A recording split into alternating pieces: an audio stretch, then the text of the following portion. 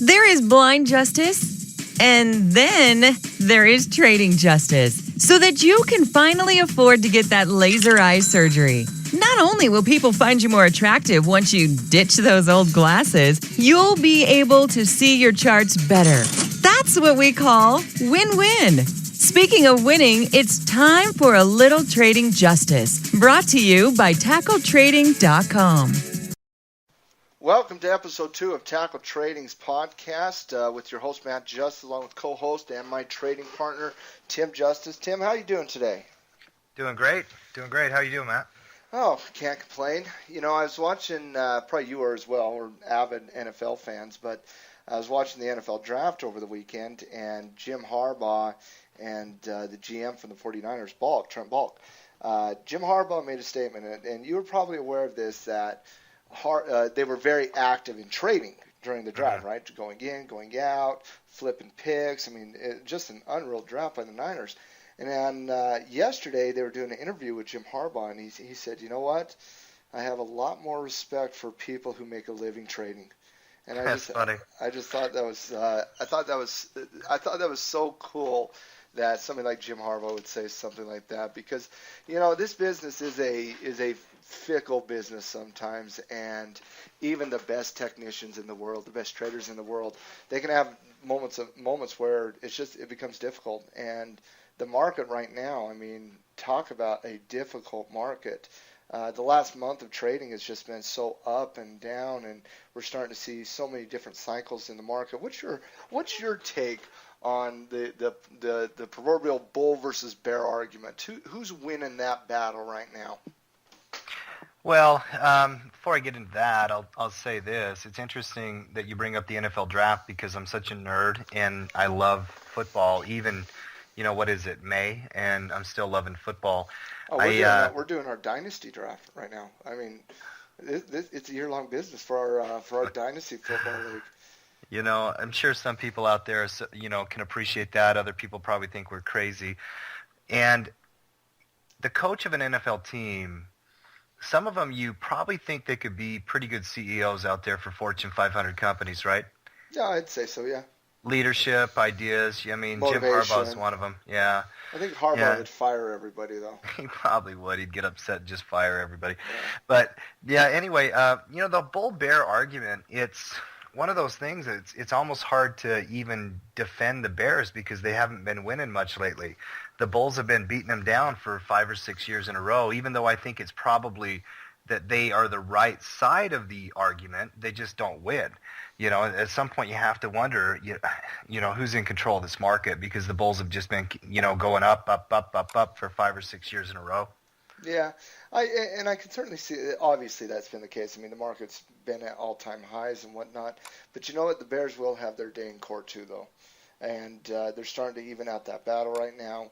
It's going to be a very interesting next 2, 3, 4 months, I would say. Mm-hmm. I was given a presentation just last week. Oh man, I can't even remember where I was at, but I was given a presentation. Somebody asked me, based on my assessment of where the market is, where the economy is, what's happening with the value of the dollar, just basically when is the next market. I don't think there's any real debate that there will be another bear market. I think everybody understands that there will, because there always is. There's never been a market that has ever just went up for all time. Everything does come back down. And so, but the only thing you don't know is if it's going to be in, 6 months or 6 years from now, right? Right. Is the market going to run another, 5 years? Is it going to tank? So the debate isn't if it is going to be a bear market, but when is the next bear market? And, I'll go on record right now, and I'll just flat out say it. I think the second, third quarter, coming into the end of the second quarter, into the June area, July and August, I think this summer is a very, very pivotal moment in our economy, in our marketplace, and if the Bulls can't start dominating again, I think they're going to get smacked in the face pretty hard, to be honest with you, coming into the third quarter of 2014. It's pretty bold to go on record on a podcast that 10 people listen to, so I'm Well, proud of you for doing that. Listen. 10 people now. 10 people now. Even the greatest podcast started out with one listener, right? The greatest radio show started out with one listener. Have some perspective here, buddy. No, I believe that we can have a great thing here. I honestly do. Which, I'll tell you, Matt, you and I, we talk every day about trading. And you even saw it with the market. Even cautious bulls who are still buying into the market, they're moving their money into defensive and safe areas. Mm-hmm. You saw consumer staples do well. Utilities do well. You saw some of those dividend-type paying stocks do well the last month, and they really ran and took off. Yeah, those cash-rich stocks in the Dow 30. People are putting their money into there. They're leaving biotech as fast as they can. They're leaving the small and mid-cap stocks as fast as they can. That's why you're seeing the Russell 2000 and the NASDAQ significantly underperform the other major market indexes like the Dow and the S&P 500. And it's these things are all telltale signs, right? It's like a game of poker. You used to be an avid poker player, not a very good one, but you were an avid one. But actually, you were a pretty decent poker player. You would just lose your mind and go on tilt. Well, I was waiting for you to just keep talking because I think by the end of that story, I would have been like a professional poker player. You started with that I sucked, and then I was okay, and then I was pretty decent, and then every now and then. But I think that there are lessons from the world of risk and gambling that you can actually bring into the market. That's another conversation that we can get into at some point. And I love that. Our older brother Mark, he used to be a big poker player, and he was great at it. I remember I tell this story every now and then, Matt. Do you remember when Mark... He would lose all his money at craps. That's true. Yeah. Different, yeah, and other things that he would spend money on. No doubt. Right. We could do an entire podcast just on Mark. I think we could do a podcast every day about Mark. He would literally never talk to us again. Oh, he wouldn't listen to it. The podcast could be named Our Older Brother Mark, and he would never even listen to it. No, that's true. He wouldn't recognize it. Love him to death. But I'll tell you that back to the market a little bit, the whole thing that's going on right now to me is fascinating on several different levels. Because you see, I think of institutions all the time. Every day I open up my computer, I turn my computer on, I log into my account. I'm thinking about the institutions and how does the smart money work? How does the guy who rides the train in New York City down to Wall Street wearing the $3,000 suit, how does he think about that day? I try to get inside his mindset and his mind frame. And what I'm seeing out there is I'm seeing a lot of money kind of rotating around slowly. Mm-hmm. So getting back to your original instinct, I really believe that they're kind of worried about a transition at some point. But I haven't seen 1 ounce of panic yet, Matt. And so it's really hard to say the timing of it is soon because you're not getting signs of that.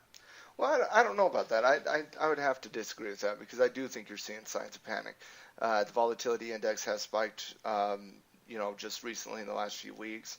You've seen a run from from biotech technology. You're seeing a run from those aggressive sectors. You're seeing a run from the small and mid cap stocks starting to get defensive.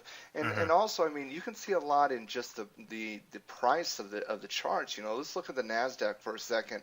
Whenever you start to see those reversal signs, whenever you start to see, people price in certain aspects of the market, you really can see the fear build into what's happening in the market itself. And so when you look at the first sign of when the market starts to rotate, you always see a rush out of small and mid cap stocks. You always see a rush out of technology. You see the money flow from these aggressive sectors into the defensive sectors like utilities and healthcare and consumer staples, and we're starting to see that. But also in the marketplace, you're also starting to see slowing momentum. You're starting to see the market start to move around. We're going to go look back kind of at what happened. Slow down. Go ahead. Slow down. I'm not going to let you cut too far in front of me here. And by the way, I want to remind everybody out there listening that we're promoting a website called tackletrading.com. If you want to go check it out, definitely going to be a great site. It's not polished yet. It still needs a lot of work, but we're excited about it. One thing here, Matt, You and I, we've been brothers, 34 or 5 years. As long as I've been alive. I'll be 35 here soon. And we know I am getting old. You're older than me, so. So it's in the mind, brother. I'll tell you, you and I know each other well enough. We can debate, and I think we both would agree with this, that it's actually good to challenge somebody's opinion, even your own, because that's how you grow and you think. Absolutely. So I'm going to call you out on a couple of things. I want you to pull up the VIX here, $VIX, and bring it up. Okay. And those of you who are just listening on audio, we'll do our best to try to describe what we're looking at. We're looking at a chart on the volatility index. And Matt, what is the VIX? Just a simple explanation for a layman. It's a fear-based index. Mm-hmm. Right. You used a phrase where you said the VIX spiked, and I rolled my eyes probably twice. I was just thinking, what does that mean, VIX spiked? The VIX went to what number in the last month? It went to 17. Kick it on a 18. Monthly chart. Monthlies pull up too long. No, that's they the do. point. I'm serious. You're trying to define. No. I'm not defining the space. I'm telling you, the monthly chart takes too long to load. Oh, to load. Yeah. I don't sweat that. Anyway. I told you. Are you telling me the VIX did not spike within the last month? No. Historical lows were at 12. That's historical lows. It spiked 12 up right to now. 17. It's Yeah, at 13 right now. 17 is a historically low number. See, that's what I'm saying is even when things get weird right now, historically, you're not even seeing fear or volatility spike to a level that would bring up any kind of caution. It's weird. I'm not saying you're wrong about the red flags out there, because there are several, and we'll get into them, especially in the economy and politics, some of the stuff that's happening internationally. But in terms of pure signs from the market, especially volatility, I just haven't seen institutions get out there and get worried yet. It's a strange market. I don't know how else to say it. It just is. I don't know if the institutions are that worried. I think hedge funds are. Mm-hmm. I think a lot of institutions are getting defensive. And wouldn't you also agree that when an institution does get defensive, that is a sign that they are a little worried about what's coming up down the pike? Oh yeah.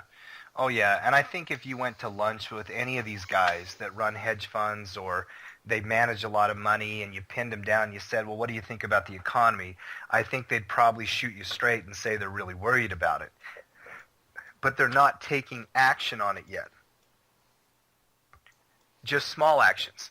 Like, think about it like this, Matt. Well, moving but from small actions lead to bigger actions. I A hedge understand. fund, an institution, they cannot just rotate every single dollar of their money like an individual trader can.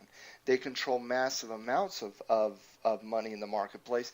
It takes them time to rotate their money. That's why there's these telltale signs over time. It doesn't happen in a day, and it certainly doesn't happen in a week or a month. Most reversal patterns since 2000, when you're talking about the reversal pattern that happened prior to the dot-com fall, when you're talking about the subprime market reversal, when you're talking about those bullish reversals on the opposite end of those bear markets, they on average take about 12 to 18 months.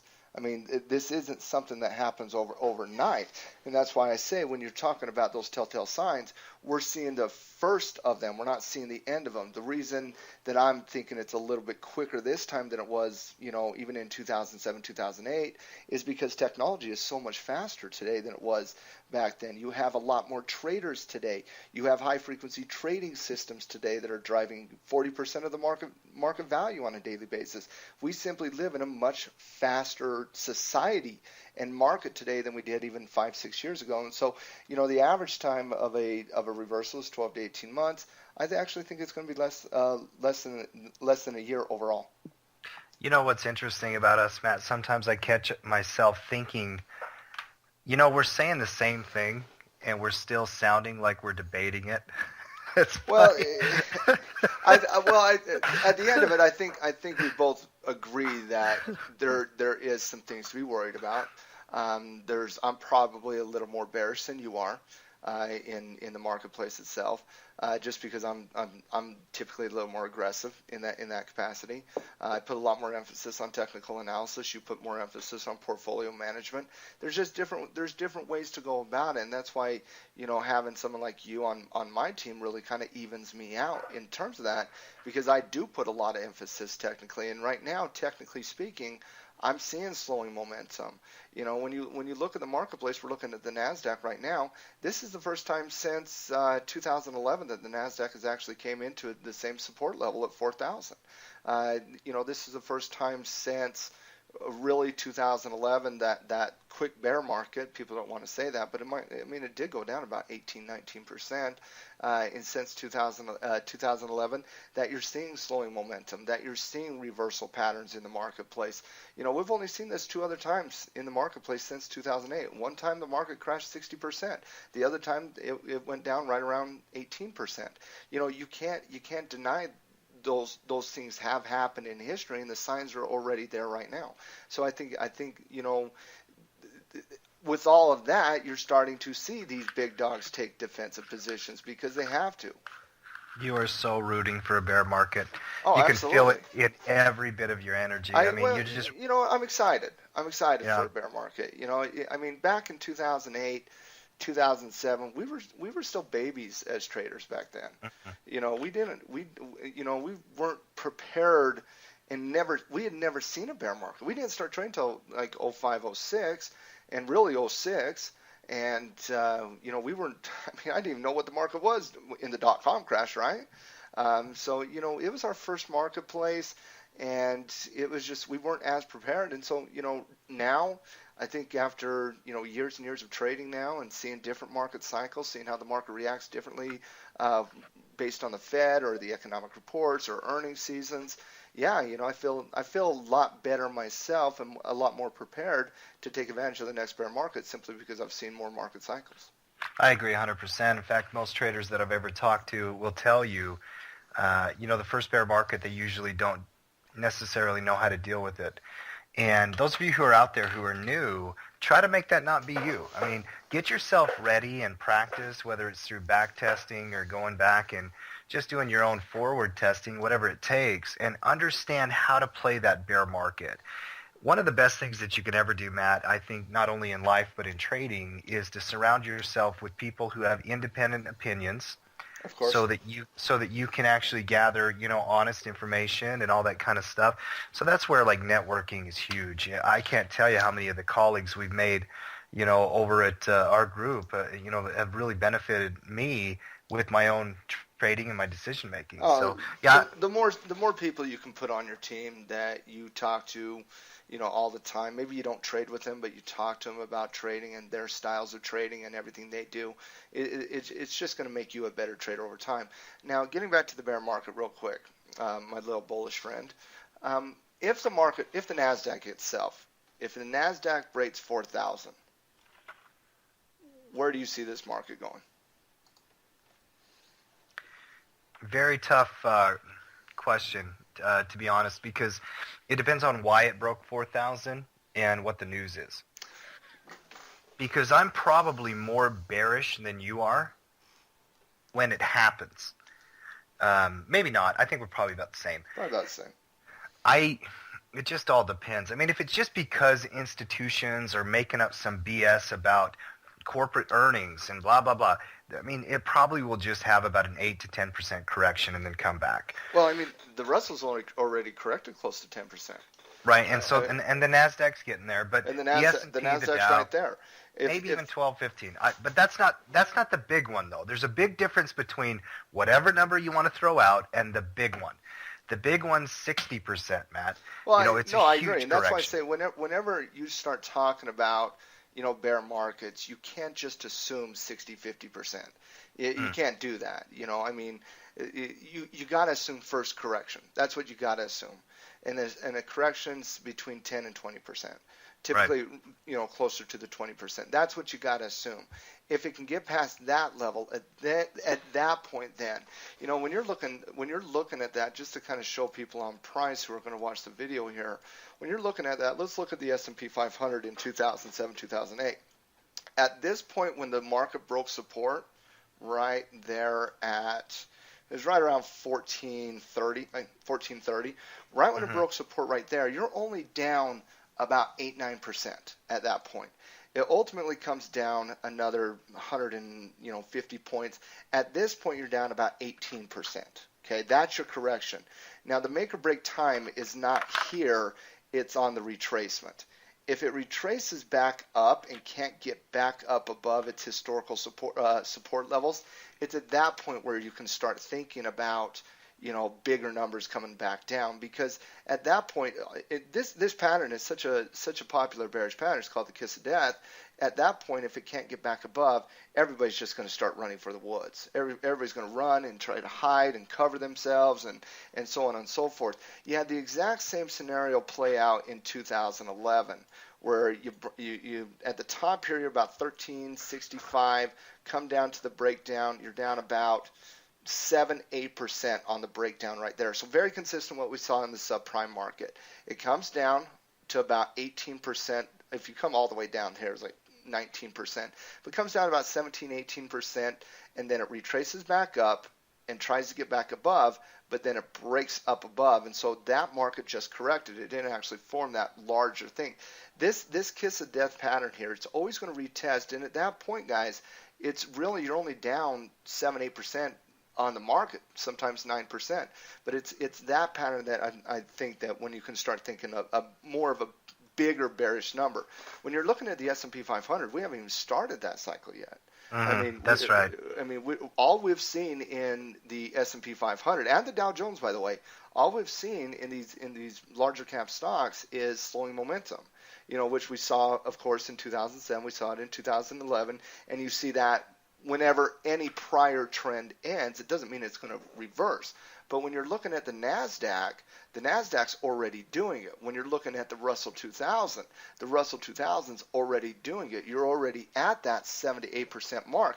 And that's why I say if you start to see the Russell and the NASDAQ break down, you're going to see the S&P 500 come down into that 7-8% range too.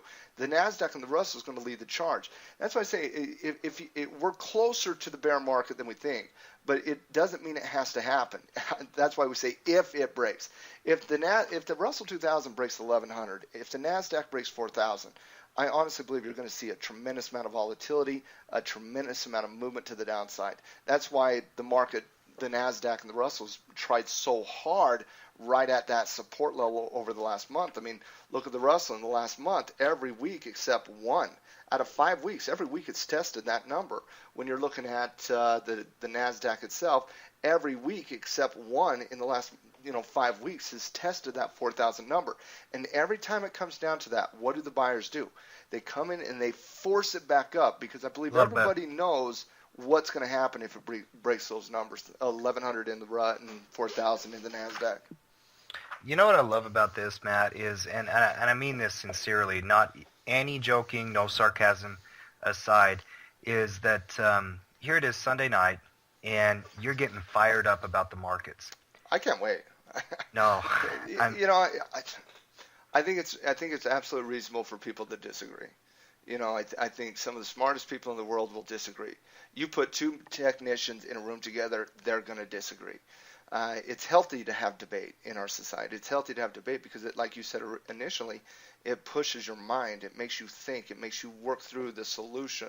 But I definitely see some negative things coming down the road. And like I said, one of the reasons I'm so excited is because in the marketplace, guys, you don't have to lose. If the market goes down, switch your strategy up. Instead of buying stock, short stock. Instead of buying call options, buy put options. And as an individual investor, we have two of the greatest advantages. We have the greatest speed in the market, and we have the most flexibility in anybody. I mean, you can talk about those high-frequency trading systems all day long, but the reality is we control, simply because we control less, we can move faster than they. Kind of a little off topic, but actually on topic. I'm reading this thing over here at briefing.com while you're talking. I hope you don't mind that I multitask. I do it all day long. Yeah. I love you and all, and you're interesting, and I'm listening to every word, but I'm also trying to do something else. And isn't it so amazing how audacious the Fed is to try to come up with all this language about, projected unemployment rates in 14, 15, 16, the long run, PCE inflation, They manipulate just through the words and their statistics. I'll show you my statistics, you show yours. It's utterly ridiculous what the Fed is doing, and it brings me to an article I was reading just the other day called by a guy by the name, I want to get this right here. His name's Paul Craig Roberts. Have you ever heard of him?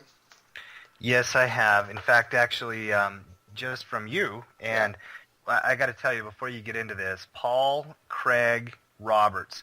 You ever done the thing where you Google somebody's name and then you look at like the suggested final word for it? Okay, so it says Paul Craig Roberts YouTube, Paul Craig Roberts 9/11, Paul Craig Roberts crazy. Well, he probably is. Paul Craig Roberts Ukraine. So, I mean, it at least caught my interest when I first Googled him. I thought that was interesting. Well, he's an economist. He was the Assistant Secretary of Treasury under the Reagan administration. He testified over 30 times in front of Congress on economic activities. He was the editor of the Wall Street Journal. He was the editor of Business Weekly. The guy is well known from an economic perspective. And he wrote this little op-ed piece just the other day, and the title was awesome.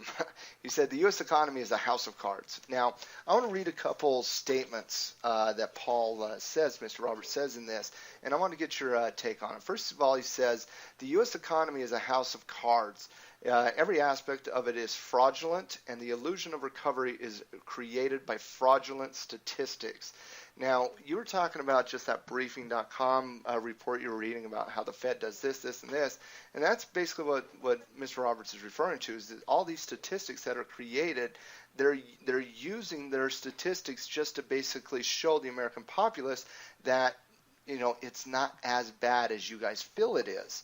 It's not as bad as you think it is. We're actually recovering fairly good. And then he goes on to say, American capitalism itself is an illusion. All financial markets are rigged. Massive liquidity poured into financial markets by Federal Reserve quantitative easing inflates stock and bond prices, drives interest rates, which are supposed to be a measure of the cost of capital, to zero or negative. Most people don't realize that bond prices can go negative, but if you print enough money and put it into the bond market, they certainly can. He then goes on to say, large enterprises such as mega banks and auto manufacturers that go bankrupt are not permitted to fail. Instead, public debt and money creation are used to cover private losses and keep corporations that are too big to fail afloat at the expense not of the shareholders, but of the people who do not own the shares of the corporations, meaning the public. What's your take on that? It sounds like you're a 19-year-old kid in political science reading Marx for the first time. Like... you really could not get two polar opposites than a far right-wing radical Republican under the Reagan administration, comparing that to Marx. I mean, those two are polar opposites. Yeah, I get what you're saying. There are several things there that are interesting to me. The U.S. economy is a house of cards. Well, yeah, economy is. I mean, we live in what's called a fractional banking system. Most of what is controlled out there in terms of real estate or capital or businesses is borrowed upon based on money that was created out of nowhere. Well, I don't know if I agree with that, though, because, we've lived in a fractional banking system for a very long time, not just in the last 5 years. And if you look back through American economy, the history of our American economy, our economy has always been driven by consumer spending. I mean, that's what drove our economy, and that's not the case any longer because the wealth is now, the divide between the wealth of the rich versus the consumers out there is so dramatic that consumer spending no longer is the primary driving force behind the economy. It's now money creation and Wall Street manipulation, and that's a sad reality that we live in. Yeah. I have to think on that one. I'll have to think on that one for a bit. Every aspect of it is fraudulent, and the illusion of recovery is created with that fraudulent statistics. Now, I'll take the second part of that. Statistics, there's no doubt about it. They lie about them. They make them up. I think everybody agrees with that. I mean, look at the unemployment report, look at the manufacturing reports, look at the inflationary reports. Every one of these is misleading, and that is the nicest way I can say it. Yeah. No, it's a lie. It's a flat-out lie. They do it so that people don't know that it's as bad as it is. And I really believe what it is that the people running, the economy, the FOMC, the Fed, Treasury Secretary, whatever it is, they know that they need consumers to be confident enough to go out there and buy homes and buy cars, or else the whole thing comes crashing down. Well, yeah, I'm glad you mentioned the housing market real quick. I mean, coming back to Fed Chairman woman, Janet Yellen, she mentioned, that was one of the biggest concerns about the health of the economy is coming back to the housing market, and how the housing market has now started, which was recovering, is now starting to go neutral again. I thought that was very telling that the Fed Chairman would actually come out and say that. She's a looker, isn't she? Did you? You went there? You went there? Really? Sorry. You went straight chauvinist on it? No, I'm talking about the housing market and how the housing market is in decline now, and how it could be an indicator of where if the economy stalls in the future. And you say she's a looker. Interesting. I was thinking to myself the whole day, how can I make Matt laugh on the podcast? That was the one thing. I've been in a serious mood all day. I know. It's sometimes you're just in. You can't force your mood. You're in a mood. You're in a mood. I teach Master Trader tonight, so I was getting prepared for it most of the day, and looking at all this economic data, and you know how I'm kind of a love studying economic history and stuff like that, even though I never took an economics class in my entire life. But I've been in a fairly serious mood today, no doubt about it. I can tell you're fired up about it. And, honestly, this conversation about Craig Roberts, we could go off forever. And there are certain things that I picked up from it, and what you just brought up there. The idea that every single aspect is a fraud.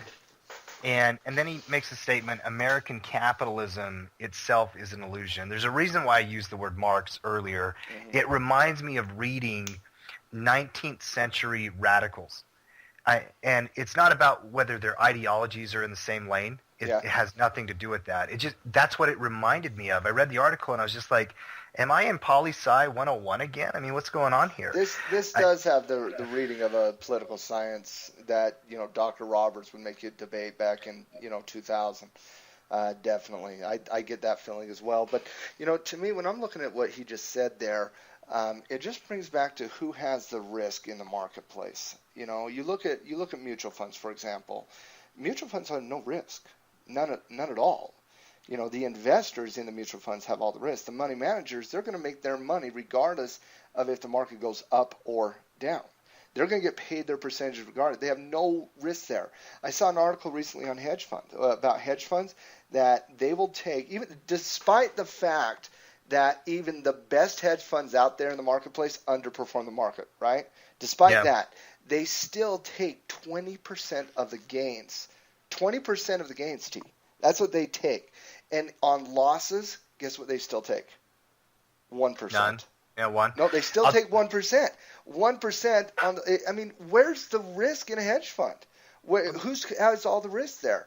All the risk is based on the individual investing in the fund, whether it's a hedge fund or a mutual fund, and that's quite flat out wrong, that the actual managers of these funds have zero risk. And now we come back to what he's saying here between, Wall Street and whatnot. I love when he's talking about how, these too big to fail banks, I mean, they're too big to fail, and if they do fail, we're just going to bail them out, not with shareholder money, but with public money through the printing of money or public support or whatever the case might be. What risk does an institution have right now? What assurances do we have that they're not going to over leverage themselves, that they're going to make sound investments? Because, Tim, if I'm investing with somebody's money, and I know if I lose that money, I can just go get more money to get bailed out, what am I going to do? I'm going to take unsubstantiated risk in the marketplace. I'm going to over leverage myself, because why wouldn't I? If I hit it big, I'm going to make it rich. And if I lose, I get to start all over. I have no risk. I understand completely. And I think his points are there's some truth there. There's some meat there. But I guess one of my initial reactions to it was, why does he have to be so sensationalistic, like he's pounding the table giving a speech in a public square? You know, why can't he just lay it out and let us absorb it? Maybe that's the author. That's his choice. Well, he's a Reagan economist, believes in Reaganomics. Maybe he's just a true capitalist and just doesn't like the manipulation of the markets, doesn't like the printing of money. I mean, how many of there are there like that out there? I mean, are we going to call anybody who doesn't like the manipulation of our financial system, who doesn't like over leveraging our financial institutions by 30 to 1, who don't like printing out money and bailing out private institutions? Are we going to call them all radicals now? I mean, if we're going to call them all radicals, hell, I'm a radical. Well, I think maybe I just am getting old and I need more fire in my belly. I put a post on Facebook the other day that I said, if you drive 10 over the speed limit, you should get a ticket. Well, so. I agree with that. I mean, I agree with that. I'm a 65, enjoy the drive, right? Yeah, we got kids. but I mean, this brings me down to the last thing he says here. He says, and this is where he lost me. I love the article. But when people start using words that they don't have to use just to make themselves look really smart, it drives me crazy, especially when I can't pronounce them accordingly. I think we got to learn how to do this podcast stuff, because if you're going to reference somebody's article, you better give them credit. It's like citing something. I said Paul Craig Roberts. I read it. That's his name. Give him the website. Give him the website. PaulCraigRoberts.org. The article is called U.S. Economy is a House of Cards. Very, very good article. Whether you agree with it, whether you don't, you still want to read it. So yeah, definitely. But he says this, Tim. He says Americans are amazingly, and correct me if I'm wrong, I am a hick from the sticks. And is that, how do you say that? Insouciant people? You know what insouciant means? Where are you at in the article? Down at the very bottom, second to last paragraph. Americans are amazingly insouciant people. Why can't he just say lazy? It's not just lazy. It's also, I think that word, I don't use that word because I'm not an Ivy League dick. See, that's what I'm talking about. I love the article until he had to act like a douche.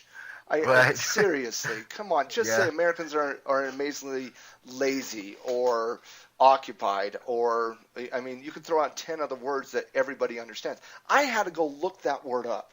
What was the definition? Oh, man, I can't even remember it. Because I actually recognize the word. I think what it means is not just lazy, but complacent, and they won't fight back. Okay, complacent. That would be the best word there. Complacent, and everybody understands complacent.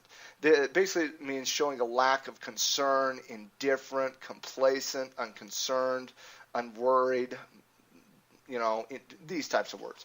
Why can't he just use that? Just seriously. Well, now I feel bad about calling him a dick, because I look at his picture down here. He's holding 2 cats. If he's a cat lover, he's got to be a nice guy. Oh, wow. Oh, wow. You have no idea how to react to that. The douche meter just went up. So, all right. So now we have to set some ground rules for the podcast. Can I say douche on our podcast? I was just going to ask. I mean, what can I say? Because it's our podcast. I listen to satellite radio. I mean, I guess it comes down to what the audience wants. I don't want to offend anybody, but I want to be natural podcast. Too. Yeah. Okay. Listen to it or not, but at the same time, I think that's an acceptable word these days, right? I mean, the kids are using it. If the kids are using it, it's got to be okay. No, don't use that as your litmus test. That is True, not a good. True. Yeah. I did want to read this one though. I did want to read you this because I thought this was telling of what he said in terms of the manipulation and all this, because it leads to another thing I want to talk about really quickly. He says the U.S. economy no longer is based on education, hard work, free market prices, and the accountability that free markets impose. Instead, the U.S. economy is based on manipulation of prices, speculative control of commodities. Go talk to any gold and silver bug about J.P. Morgan. Support of the dollar, those are radicals, by the way. Support of the dollar by Washington puppet states, manipulated and falsified official statistics, propaganda from the financial media, and the inertia by countries such as Russia and China, who are directly harmed both economically and politically by the dollar payment system. Now, that leads me into Forex and everything like that. Let's talk about Russia and China and why the world hates us. Why do you can't do that? Yes, we can. You can't. No, hold on a sec. You, Matt Justice, can't do that. You can't bring up 12 things and then say, I'm going to talk about this 13th thing. No. I will lose my mind. He just all he had was a running sentence. That was it. I'm just saying. All he had was a running sentence. You know how many things I wanted to say right there? And then you're like, oh, no, let's just talk about Russia. Yeah. Talk about LeBron James, the NBA playoffs. Dude, he had 28 points the other day. Let's bring up all of these political ideals and worldviews. Did you see the Clippers comeback? No, I haven't been watching basketball. It was awesome. No, I truly do want to talk about this real quick, and then I'll let you go on. Sure. Why does Russia hate us, in your estimation? I don't think they really do as much as people believe. I think there's more hatred from the Middle East still. I think the reason why Russia has animosity towards us is because we've done well in a post-war environment. Why have we done well? Because of the free markets and our manipulation of currencies and all that kind of stuff. We've made the right chess moves when they haven't historically. We made the right chess moves because we control making those decisions. Now hold on a sec. We have to define the word Russia. So when you say why Russia hates us, I'm assuming you're talking about like the top brass, the people in charge making decisions, the guys running. Why is it people in Indonesia hate us? Why is it that India hates us? Why is it that every country in the world despises our economic policies and and especially our monetary policies? Matt, because we're so just brass about it. It's nothing wrong. We've made the right decisions. I mean, if you're sitting behind the chessboard, you should never apologize for putting your queen into check, and putting the other guy in checkmate and moving your queen out. Don't apologize for making the right moves. But I think that's one of the reasons why you get some animosity. You look at our currency model, our currency system. Yeah. And for basically 4 decades, we forced every country in the world to sell their currency by the U.S. dollar to purchase oil. For 4 decades, which devalued their currency, lowered their buying power, increased the value of our currency. For 60 years, more than that, 70 years, we have forced every country in the world to sell their currency by the U.S. dollar to purchase and trade internationally, in international trade. So okay, no, I'm gonna. I took a personality test a couple of days ago with my wife. She made me sit down, and there was always like 2 words, and it's like, which word describes this best, or you best, or this situation best. Mm-hmm. So everything you just described, either. I want you to tell me what you think, awesome or devious. Which one? Choose one. Well, I'm an American. I'm going to say awesome. Yeah. Like, what's wrong with that? I mean, I understand the implications, and we're going to get down that path, but what's wrong with that at the end of the day? At the end of the day, the death of the U.S. dollar. That's at the end of the day. I mean, if you want to talk about future of the currency system, you're talking about forced removal of the U.S. dollar as the global currency, and thus a massive devaluation of the U.S. dollar. So yeah, if you're talking from 1971 until 2002, you're saying awesome. If you're now seeing the future and what now other countries who are taking a much larger role in the global economy and international politics and whatnot, you don't say awesome anymore. I mean, the dollar has declined in value about 35% against every major currency in the last 12 years alone. And you're Yeah. and just last year, Tim, you had China make international trade agreements to use non-U.S. dollar transactions with India, with Brazil, with Australia, with the other BRIC countries.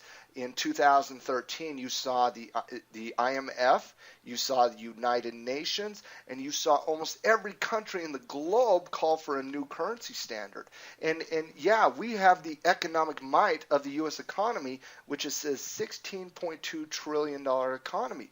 But if you just added up the economies of the BRIC countries, they're actually larger than the U.S. is. And so, yeah, I don't know if it's awesome any longer.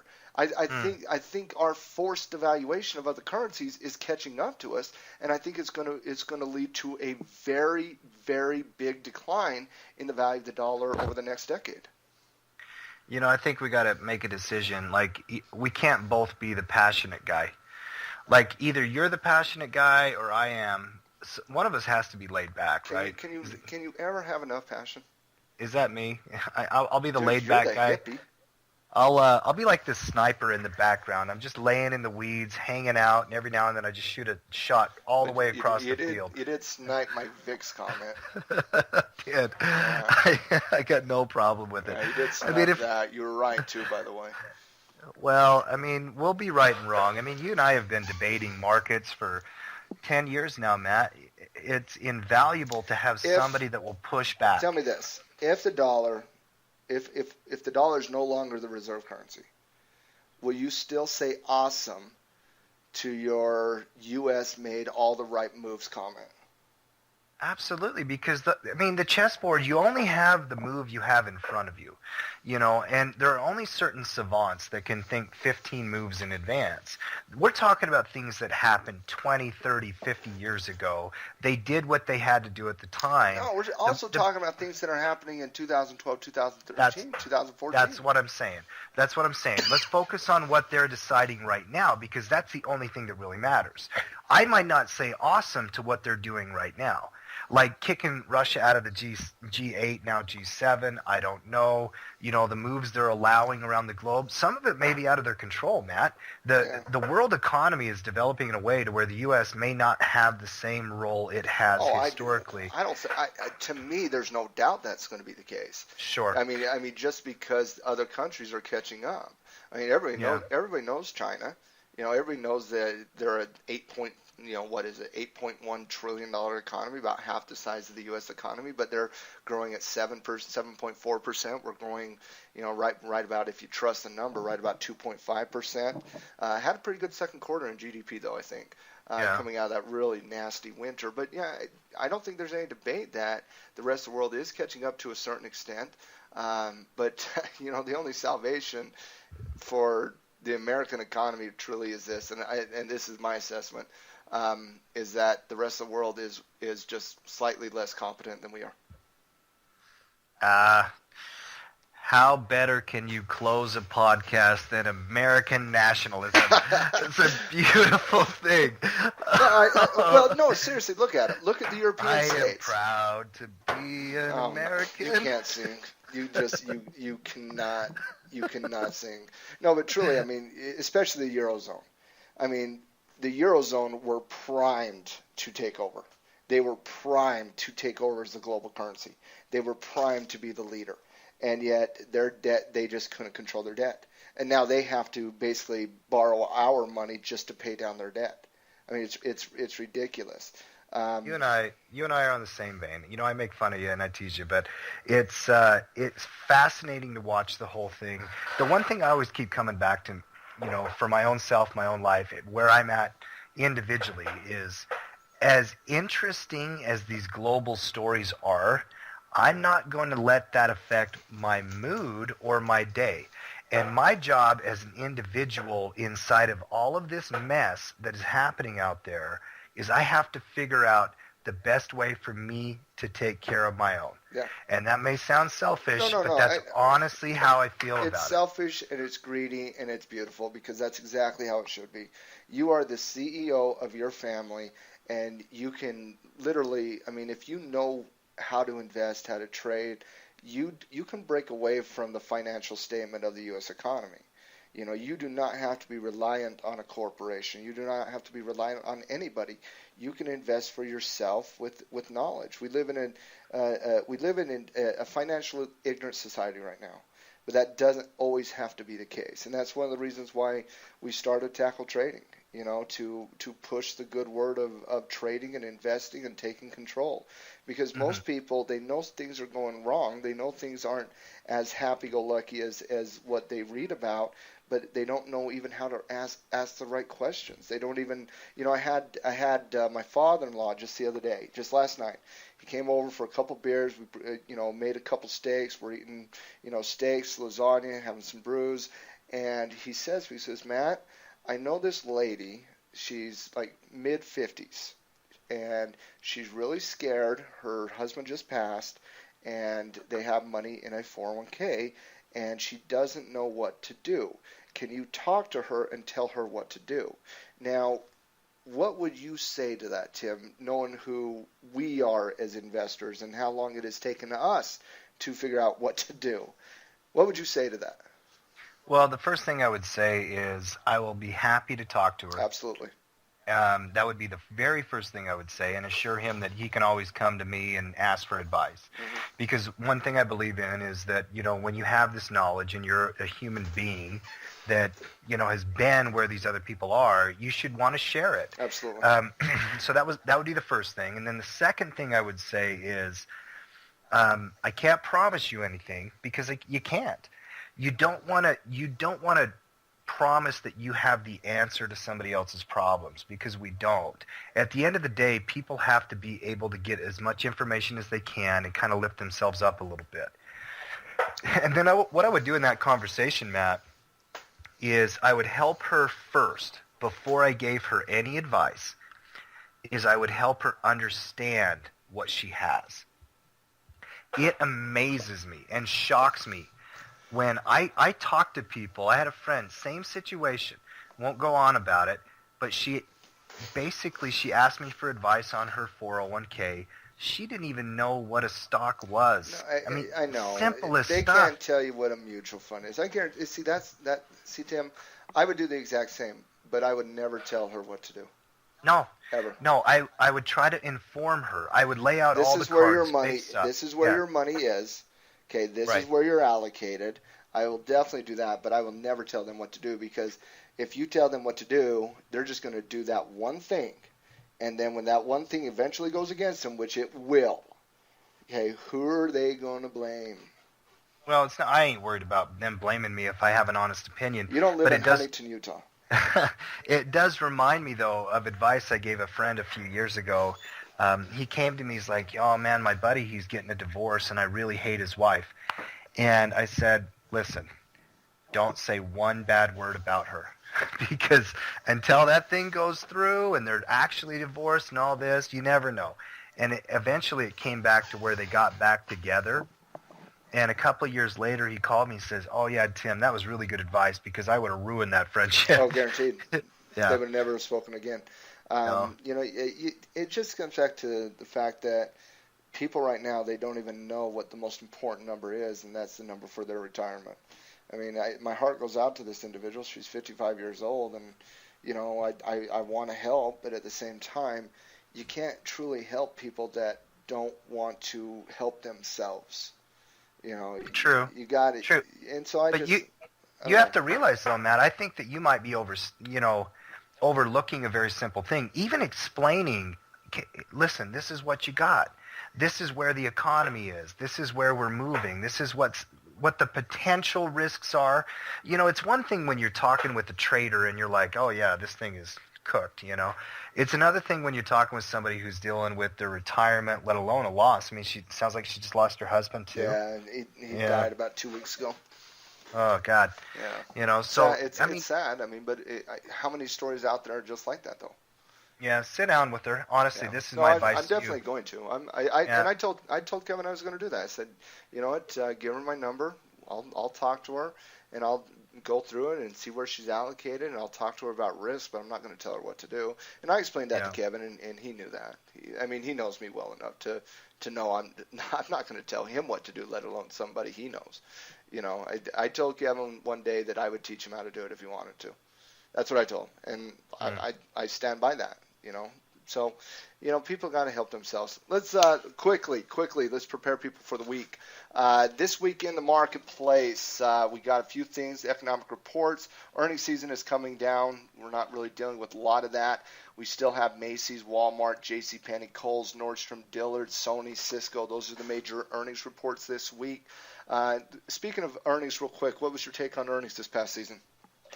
Well, lackluster when you actually read the reports or if you sit down and listen to the CEOs give their conference calls. I don't think that it was as good as the market made it out to be. I honestly thought it disappointed. I did too. You're talking about projections that have been lowered multiple times. Over 70% of companies in the S&P 500 that reported better than expected earnings. But, when you're talking about things that are lowering the bar to the point where everybody gets over that, people can start to read behind those lines. Sure. So we are coming out of earnings season. Only got a few earnings plays out there. You're talking a lot of retail sales type stuff. Macy's, Walmart, JCPenney's, Kohl's. Did you know? Wow, I was shocked when I actually looked at this. JCPenney's up over 60% recently. Who shops there? I don't know.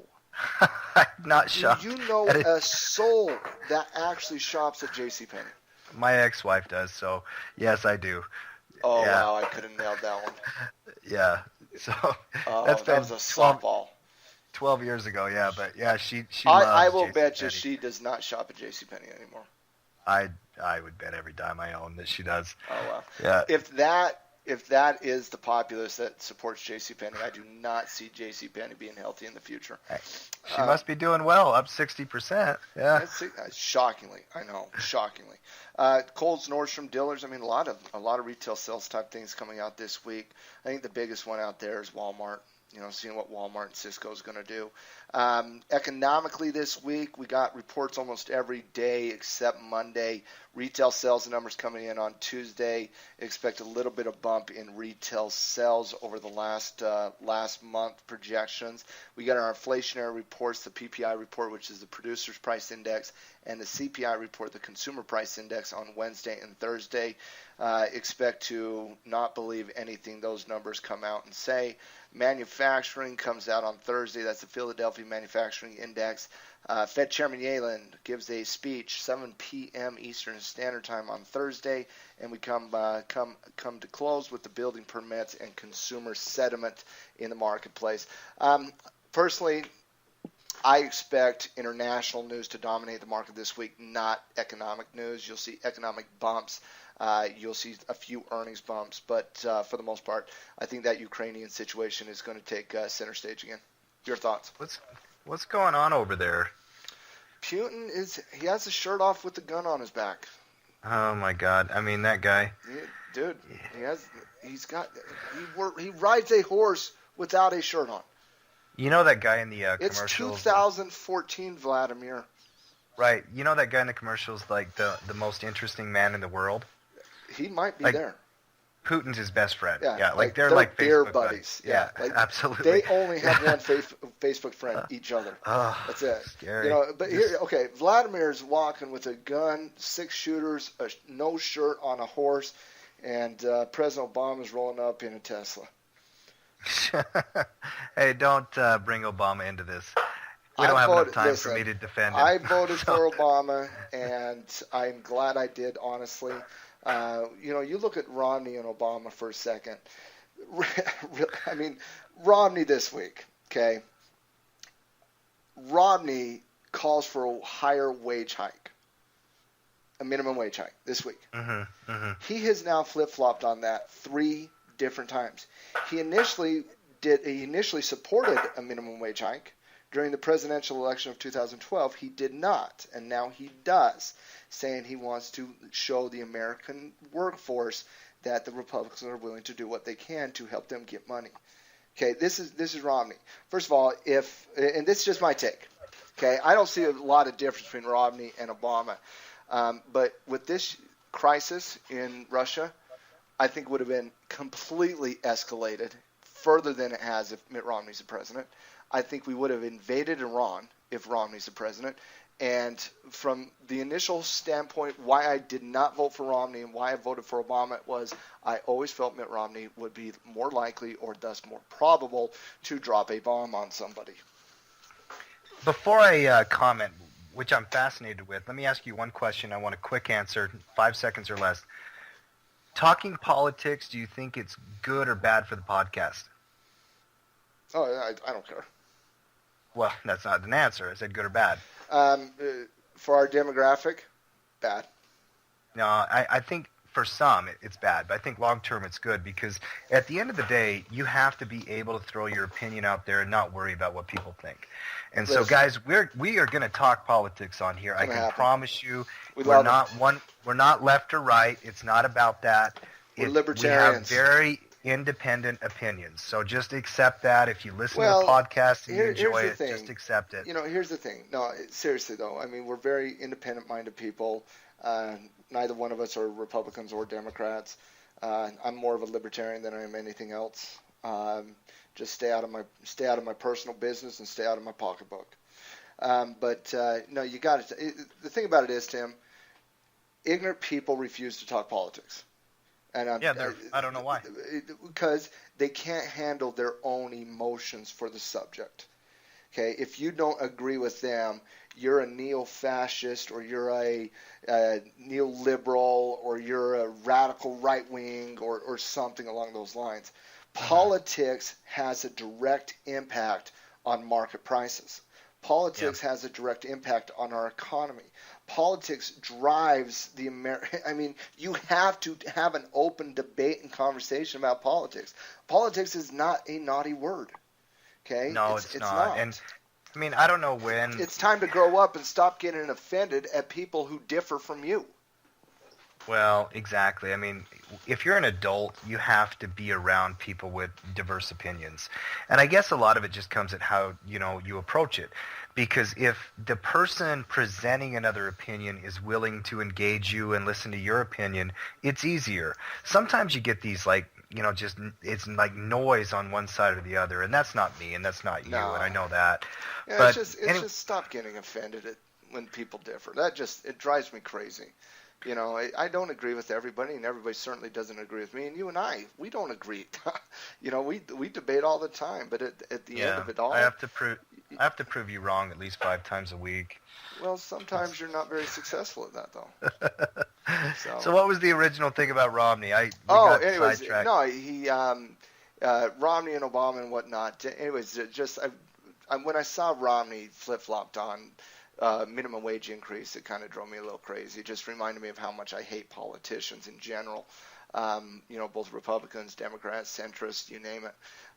But they all take their polls and their politics are dominated by their polls. But last thought, minimum wage, yes or no? Do you think it should be increased or no? What's the rate right now? I haven't made minimum wage since I was 12 years old, so I know that's awful to say out loud. But I know exactly what you were making when you were 12. It was $0.25 an hour. It was a penny a nail. Is what because it was. That's right. Yeah, our dad employed us. But what is it, about $8 or something? I honestly have no clue. I have not had a job in years. And like you, I don't think I've had minimum wage at a job since I was 16. So why do I feel like George Bush right now? I don't even know the minimum wage. Dude, that's awesome. Talk about a guy you would like to have a beer with. Oh, both of them. Senior, especially. Dude, the stories Senior has with his career. Oh, wow. No, I'm all for the free market. Honestly, I'm tired of demanding that people make this amount or that amount. I mean, make sure that employers don't take advantage of somebody, but then let the free market work. This isn't 1914. No, it's not. If you see an American corporation that is employing sweatshops, that will be in the news. Yeah. And if we still do live in a free market, that free market will punish, especially. I mean, just look at the Sterling situation. Look at how that has changed how people, these massive, billionaires are treated. Could you even imagine in the 90s this scenario playing out to Donald Sterling, and within a day have everybody in society hate this individual, have everybody in society calling for him to lose his privately owned business, and then the NBA coming out and saying, we're going to take this privately owned business away from you. Could you imagine that in the 90s? And that's all about just the news cycle and how the news cycle is now putting pressure. And so that's what I'm saying. If you see corporations that are doing this stuff and the populace actually cares about it, it's going to get out there and it's going to impact policies. It's going to impact it. I don't think minimum wage hikes is good. I think Romney is, honestly speaking, and this is coming from Romney's words, Tim, not mine. Romney himself said basically they are pandering to the Hispanic vote. Oh, no, I mean, it's politics, whether it's the Hispanic vote or whatever. No, that's what Romney said. Yeah, yeah, exactly. It's but it's politics. You know, you cast those votes when you're a politician just so that you can drum up support in one region or the other or whatever it is. I have no interest in it.